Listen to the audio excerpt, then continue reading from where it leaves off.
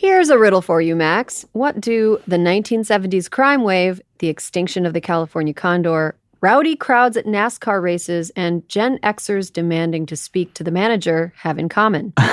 Are they all things caused by Republican governors of California? That is a really good guess. But no, Arnold Schwarzenegger has nothing to do with these things. There's a compelling case that all of these things are caused, at least in part, by lead.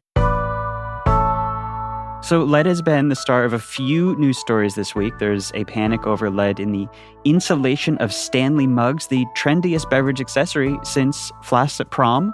And the CDC reported more than 400 possible cases of lead poisoning in babies and toddlers from tainted applesauce pouches. Is that what this is about? Yes, so the mugs are probably fine, but the applesauce situation is bad and getting worse, though we'll come back to that. In order to understand the panic around these stories, I wanted to talk about lead.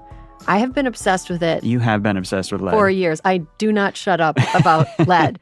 But the more research I read on it, the more I feel like it could explain why America is the way it is. And the alarm over Stanley mugs, while misplaced, is both a reminder that lead is everywhere and has been for decades, and a sign to me that I'm not alone in thinking that lead has a lot to answer for.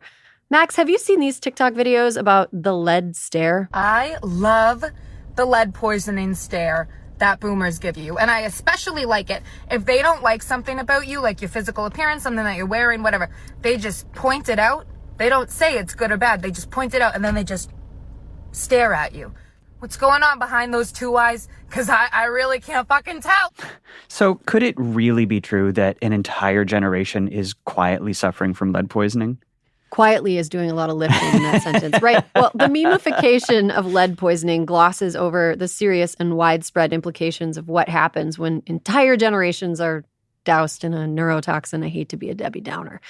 This week, we're talking about the miracle element / poison that we spewed into American air for 50 years and the ways that those fumes may have harmed 2 entire generations that were exposed to them. I'm Erin Ryan. I'm Max Fisher. And this is How We Got Here, a new What a Day series where Max and I explore a big question behind the week's headlines and tell a story that answers that question. Our question this week, did lead poisoning change America? And is it still? Okay, so the story I want to tell you is about this stretch of time, mostly from the 1930s to the 80s, where basically every car in America was churning lead into the atmosphere and what that did to us. So Max, at the center of all this is a sound, a troublesome sound that automakers wanted to do something about. It was called engine knocking. Anything with cars more complicated than the door handle is kind of a mystery to me, so you'll have to explain that. Some door handles are actually a challenge to me, so that may not be the best example. I appreciate that. So a combustion engine works by all these little explosions pushing cylinders at the exact right moment in a cycle. Knocking is when the explosions ignite early and you get that popping sound. It reduces efficiency and can damage the engine over the long term. It used to be a common problem, but in 1921, automakers discovered that putting lead in the fuel fixed it. So we should say that while many harms from lead weren't understood until decades after this, Detroit knew at the time that this was dangerous. The guy who invented leaded gasoline was actually incapacitated with lead poisoning, and a few of the workers at the first leaded gasoline plant died. That's called pulling a Marie Curie.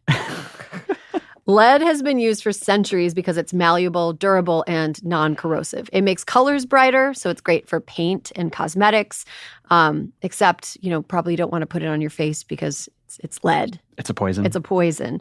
But it's still in car batteries. It's in electronics, manufacturing byproducts, and technology, including your laptop and your phone. Whoa. But Yeah. I have those things on me right now. Yes, you've got lead less than 2 feet from you right now. In the Roman Empire, rich people's houses had lead pipes and they drank wine out of lead chalices because it made it taste better. Lead is so durable that some of those lead pipes are still functional today. Do we think that lead is better with white wines or reds? Well, actually, unfortunately, for a lot of people, lead has a sweet taste to it. But we shouldn't joke. Don't drink lead. Don't drink lead. Don't do it. The Romans were actually so nuts for lead that its chemical symbol, Pb, derived from the Latin word plumbum, which means plumbing. Oh, huh. I love a good etymology fact. Same. Anyway, this is all to say that the Romans knew lead could be both useful and harmful. People outside of Rome have known since at least as early as the 2nd century BCE, when a Greek physician named Dioscorides, which is spelled disco rides, That's so cool. noted that lead makes the mind give way. Doctors in the 1700s also recorded artisans working with pottery and paint experiencing lead poisoning. And today, actually, if you work with pottery, you got to be careful. Really? Because you have a higher risk of being exposed to Wow. lead. So this stuff is stirring pots. everywhere. It is. But until the modern era, most cases of lead poisoning were found among people who were occupationally exposed. It wasn't something that could just happen to a person going about their life. And even now, it's only really dangerous if it gets inside your body. So putting on the lead smock to get x-rayed at the dentist is fine. That's what they're telling us, and I hope they're telling us the truth. No, it should be fine, but the lead in the circuit board of your computer, also fine. It's protecting you from radiation. But unfortunately, once lead gets inside your body, it doesn't like to leave. So when automakers and energy companies start by the 1930s designing everything around leaded gasoline, they know they're pumping it into the air. It becomes this big science experiment. What happens when pretty much all of America starts absorbing something that we've known for hundreds of years to be toxic into their lungs and bloodstreams? Better put on my leaden thinking cap for that one. Okay, so I see where this is going. You're getting ready to talk about that famous chart. Let's pull it up real quick. Okay, so this chart, which economists love to show you, it has 2 lines. One line shows the amount of lead in the atmosphere over time. And the line starts very low in the 1930s, right around 0. But then it rises and rises as Americans drive more cars and pump more of that fancy new leaded gasoline into the air. Then the line starts to turn and it starts to drop back down and decline in the late 70s. When the EPA passes all these regulations to limit air pollution, and it keeps dropping into the 80s. We remove lead from gasoline, and it finally gets near 0 in the mid-90s. Right. It looks like an upside-down U, or an N without a stick on the side. The amount of lead in the air goes up, and then it goes down. So then the other line in this famous chart shows the violent crime rate over time. And what do you know? The line charting violent crime looks exactly like the line charting lead in the atmosphere, except every dip and rise in the lead pollution line corresponds to an almost identical dip and rise in the violent crime line 23 years later. Yeah, as if the people who ingested lead as children in, say, the 1940s then grew up to commit violent crimes in the 1960s. The more lead, the more violent crimes 23 years later. It's called the lead crime hypothesis. That's why, for example, there were so many absolutely bonkers serial killers operating in the 1960s through the 1980s. Because of lead. Because of lead. So goes the hypothesis. So is the theory. To make matters worse, at the same time, lead paint was fairly ubiquitous in American homes up until it was banned from indoor use in 1978. In some places, it was banned before. Baltimore banned it in 1951. Oh, Baltimore leading the way. Yeah, leading the way of not being lead poisoned.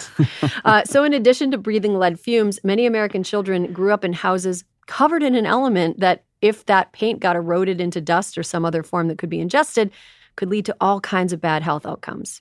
So I have always assumed that this idea, the lead crime hypothesis, as it's called, this famous chart, it's one of those things that at first blush, like it looks like a slam dunk. Lead causes violent crime. Like lead goes up, crime goes up. But that at examination, it would kind of fall apart or it would turn out to be a coincidence or it's correlation without causation or something like that. Mm-hmm. I think this is actually the opposite of that. So yes, the rise and fall of violent crime in America, which peaked in the early 1970s, had a lot of causes. We can't just put this all on lead. But the more research we get on those peak lead years from about 1950 to 1980, the more damning it looks. The guy who first identified this link, an economist named Rick Nevin, looked at the data for a bunch of other countries too, and he found the same thing.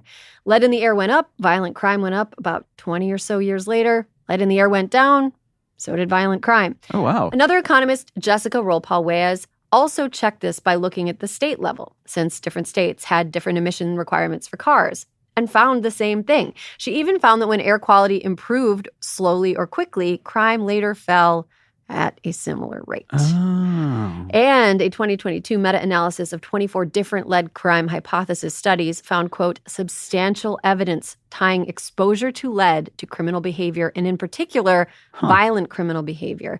Max, did you know that the average person in 1987 was 6 times more likely to be victimized by a serial killer than the average person in 2015. I mean, the entire true crime genre as we know it would be nowhere without engine knock. That is wild. Okay, I'm still locking my windows, though. But okay, my big question here is why? Like, I think the thing I am stuck on is why would lead in the air make people more likely to, 20 years later, suddenly stick up a convenience store, get in a bar fight?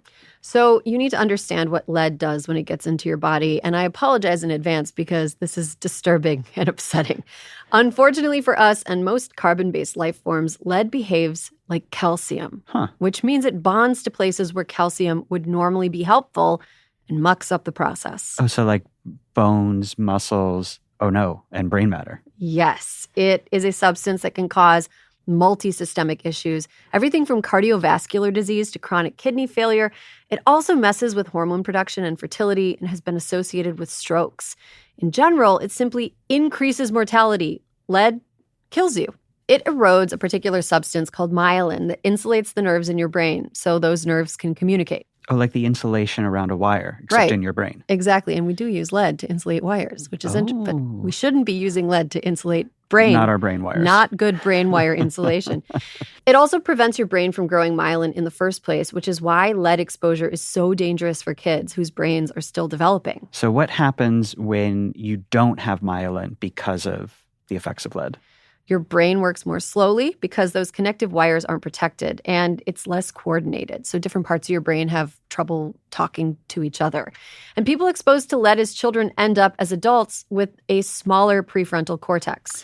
Yikes. Okay, that explains a lot because you often hear scientists call the prefrontal cortex the part of our brain that distinguishes us from other animals. It's especially associated with something called executive function. That's really important. And executive function basically means our ability to control our own behavior, to manage our emotions, to reason, to plan, and to so on, rather than to act on moment-to-moment impulse. Exactly. The effects of this can be pretty profound. People with even small amounts of childhood lead exposure grow up to be more prone to aggressive behavior. They have higher rates of ADHD. In studies, they tend to be less conscientious of others and less agreeable. They are also more neurotic. Wow, those are really significant changes. I feel like the big one I always hear about is the effect on intelligence. Yeah, people exposed to lead as kids lose about 5 to 8 IQ points. And we're not talking about some tiny fringe who ate lead paint chips. One study in 2022 estimated that all Americans born in the 1960s and 1970s, when leaded gas was at its peak, lost up to 6 or 7 IQ points. So the theory, as I understand it, is not that some particular slice of Americans got radicalized by lead poisoning into becoming criminals. It's actually a lot scarier that pretty much all Americans born in this 1950 to 1980 period got at least a little lead poisoned. And that made them, on average, a bit less intelligent, more aggressive, and basically less in control of themselves or their emotions. Right. Violent crime is just one worst-case outcome for a person exposed to lead during formative years. But everyone was exposed. The CDC now thinks that between 1976 and 1980, 99.8% of children between the ages of 1 and 5 had unhealthy amounts of lead in their systems. Whoa. And at one point, the average American had 20 micrograms per deciliter of lead in their blood. 10 micrograms per deciliter is considered an elevated level in adults. Wow. Now, obviously, 99.8% of Americans born in the late 1970s did not go on to become criminals, but there is still time. But the subtler effects of lead poisoning are probably pretty pervasive for them. A lot of these people might be victimized in ways they're not even aware of. Maybe they have a harder time in school or focusing at work or getting along with colleagues or maintaining emotionally healthy relationships. There's some reason to believe that people with low-level lead poisoning are even more prone to getting scammed. Anna Werner looks at whether some finance companies have targeted the victims of lead poisoning and left them penniless. If you're telling me that Gen X is the most affected, I feel like that explains a lot about pop culture. Like, this adds an interesting element to my ongoing critical analysis of the early catalog of Limp Bizkit. Yes, like violent crime, there were many causes for Limp Bizkit. But we can't rule out that lead may have been a contributing factor. I mean, you remember the song Break Stuff? Let the bodies hit the floor, Erin. That's not Limp Bizkit, but I will allow it.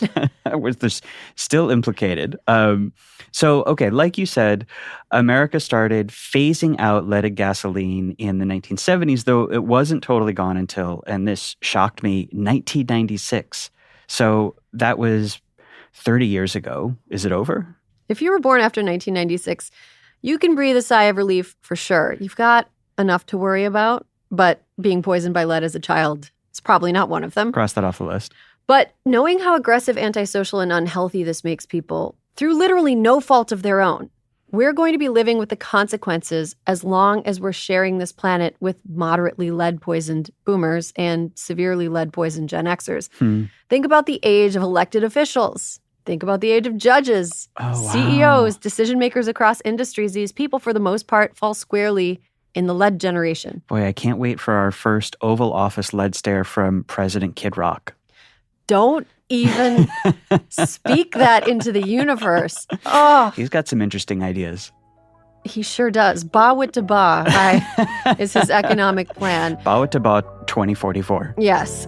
No. Oh, please, no.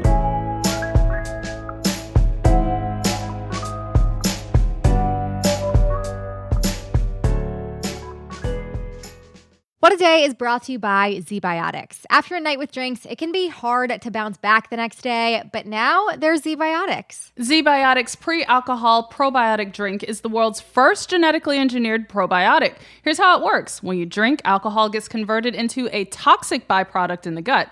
ZBiotics produces an enzyme to break this byproduct down. Just remember to make ZBiotics your first drink of the night, drink responsibly, and you'll feel your best tomorrow. Go to zbiotics.com/WAD to get 15% off your order when you use code WAD at checkout. That is zbiotics.com/WAD. This show is sponsored by BetterHelp. Therapy can be so helpful when working through the challenges we face in our relationships or just like basically surviving life, working through old issues, new issues, fun issues. Or like things that you might not even think are issues in the first place. Like it just really helps you kind of get to know yourself. It's super beneficial and how you can be your best, which is great. If you're thinking of starting therapy, give BetterHelp a try. It's all online, designed to be convenient, flexible, and suited to your schedule. Just fill out a brief questionnaire to get matched with a licensed therapist. Plus, it's so easy to switch therapists if you want. Become your own soulmate, whether you are looking for one or not, or you just hear us hype up therapy every single week and you want to give it a try yourself. That part. Now's your shot. Visit BetterHelp.com/WAD today to get 10% off your first month. That is BetterHelp, HELP.com/WAD. Hey, this is Jeff Lewis from Radio Andy. Live and uncensored, catch me talking with my friends about my latest obsessions, relationship issues, and bodily ailments. With that kind of drama that seems to follow me, you never know what's going to happen. You can listen to Jeff Lewis live at home or anywhere you are. Download the SiriusXM app for over 425 channels of ad-free music, sports, entertainment, and more. Subscribe now and get 3 months free. Offer details apply.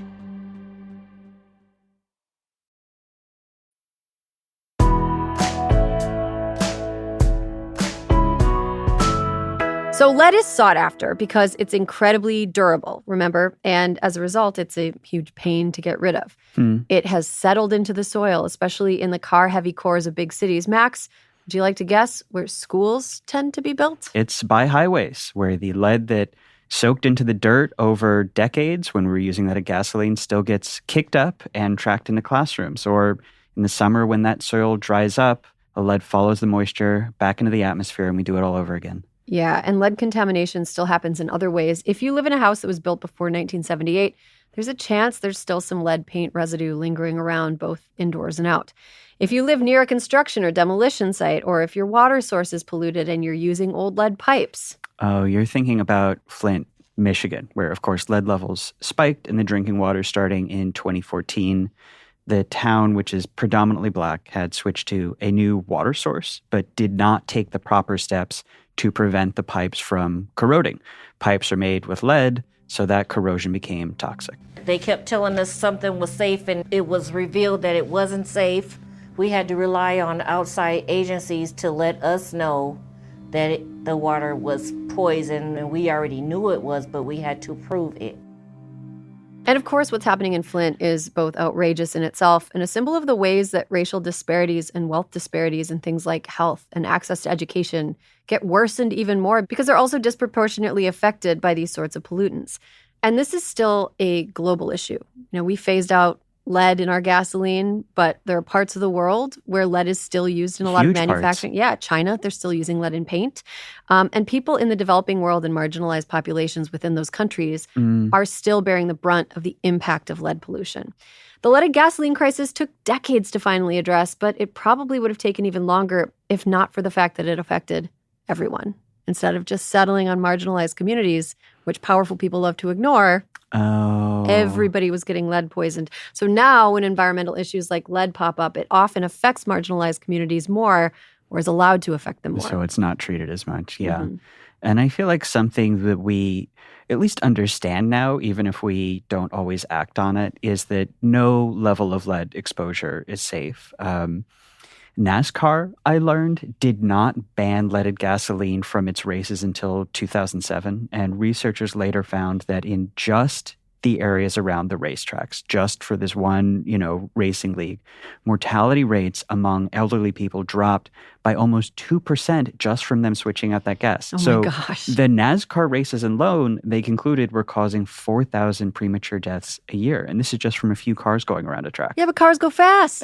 It's a good point. But cars go fast. That is so upsetting. That is so upsetting. Well, it's not just a danger to humans. It is now thought that lead poisoning may be one of the primary culprits for the near extinction of the California condor. Another thing that I have been obsessed with for almost as long as I've been obsessed with lead. So sometimes California condors would eat carrion that had been shot, and a lot of ammunition contained lead. Oh, because they're scavengers. Exactly. And so condors are just really, really susceptible and sensitive to lead. It was just killing them in droves. By 1987, only 27 California condors remained. And that's because of lead. And that's mostly because of lead. I never knew that was a lead thing. Yeah, and now thanks to an aggressive capture and breeding program, that number's up to 561.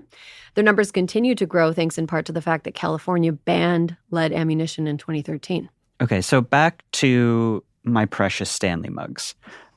You are a collector. Your desk is just an army of Stanley mugs. I'm recording this underneath my pile of Stanley mugs right now. You sound great.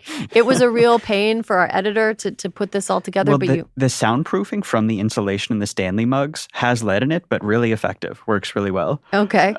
Okay, on the mugs, my understanding is that unless you grind them up like black pepper over your pasta, they're not actually unsafe. But the fear around them is a reminder that we're still figuring out how to coexist with lead safety, right? Like those applesauce pouches that were contaminated with lead that we talked about earlier. Like the CDC is still figuring out how extensive that contamination was. And this is something happening right now. It is so bad. I have a 2-year-old and I have a lot of friends with kids that are really little. And just the idea that you could be doing what you think is the right thing. You get them an applesauce pouch, low sugar, great. Right. They'll eat it. They'll just, it's a way to get them to eat something that isn't macaroni and cheese. And the fact that it could be contaminated with a neurotoxin. Because there's so much lead in our environment. Because there's so much lead in the cinnamon. So basically, this past week, regulators found that applesauce pouches that contained 2,000 times the amount of lead that regulators deem acceptable impacted at least 442 people, mostly babies and toddlers, across 44 states. Oh, my God. And the culprit in the case was cinnamon. Lead-contaminated cinnamon that slipped through the cracks. Another culprit in the case, the complete failure of the government to adequately inspect and test baby food for heavy metals. And there's little to be done for the hundreds of families who've already been impacted by this. You've got a kid, you get them tested, you think they might have taken in one of these applesauce pouches. They have elevated levels of lead, and there's not very much you can do. So the FDA, I learned, actually only set specific lead limits for apple juice and candy in 2022, which is not to say that those things were brimming with lead up until then, but just that we are really still adjusting to the existence of lead in our society. Mm-hmm. And we're constantly playing a game of catch up. Mm-hmm. You know, a chemical is released into the environment before we really know the total effect of it. We're discovering that it's actually really bad. We're trying to chase it down, but by then it's endemic. It's everywhere. It's in soil. It's in water. It's in plants. It's in animals. And, you know, what recourse do we have? You know, I think that this story brings up a couple of sad truths that I don't think get talked about enough. And one is that lead poisoning is something that happened to people and is beyond any individual's control. So, you know, it might be, you know, interesting to watch a Karen throw a Frappuccino across a Starbucks counter because she can't control her emotions. But this video actually might be someone who was literally poisoned as a child, trying to move through the world with a brain that cannot function. And all of it was done so that some post-war nuclear family's boat-sized car would make less noise.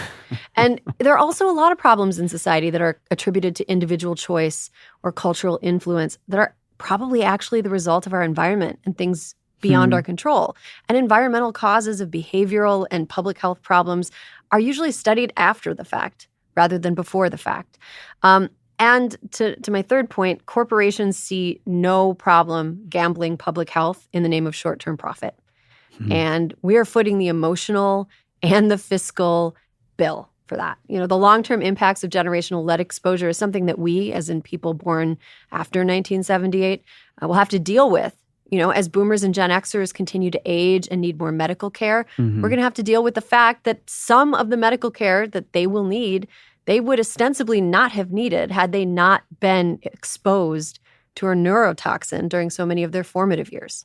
I think if I'm fully honest with myself, part of why I was initially resistant to this theory is that I didn't like what it implies about how malleable our sense of self is.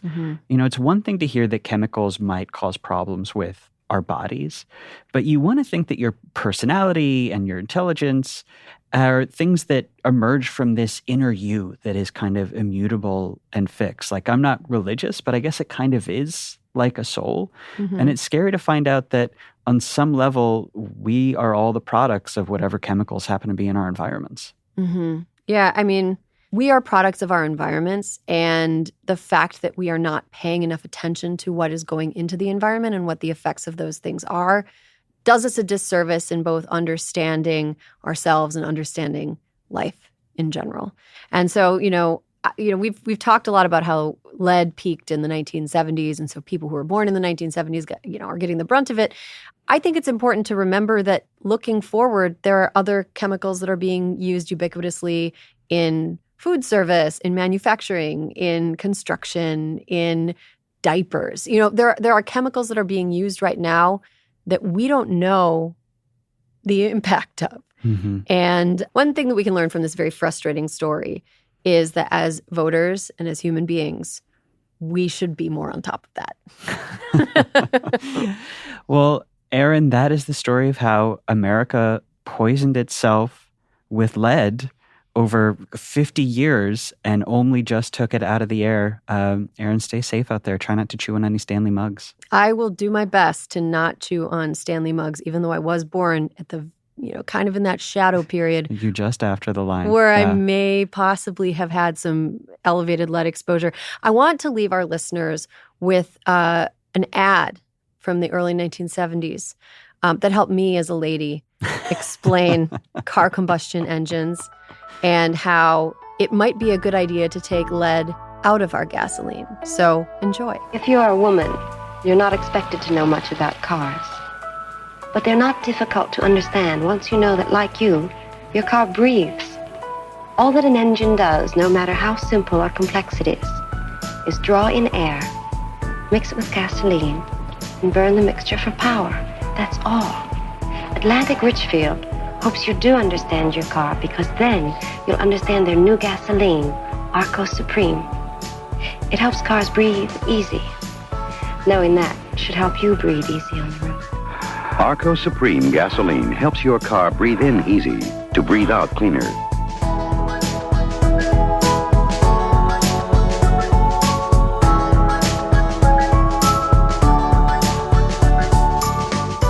What a Day's How We Got Here is a Crooked Media production. It's written and hosted by me, Max Fisher, and by Erin Ryan. Our producer is Austin Fisher. Emma Illick-Frank is our associate producer. Evan Sutton is our sound editor. Kyle Seguin, Charlotte Landis, and Vasilis Fotopoulos sound engineered the show. Production support from Leo Sussin, Itzi Quintanilla, Raven Yamamoto, Natalie Beddendorf, and Adrian Hill. And special thanks to What a Day hosts Tre'vell Anderson, Priyanka Arabindi, Josie Duffy Rice, and Juanita Tolliver for welcoming us to the family.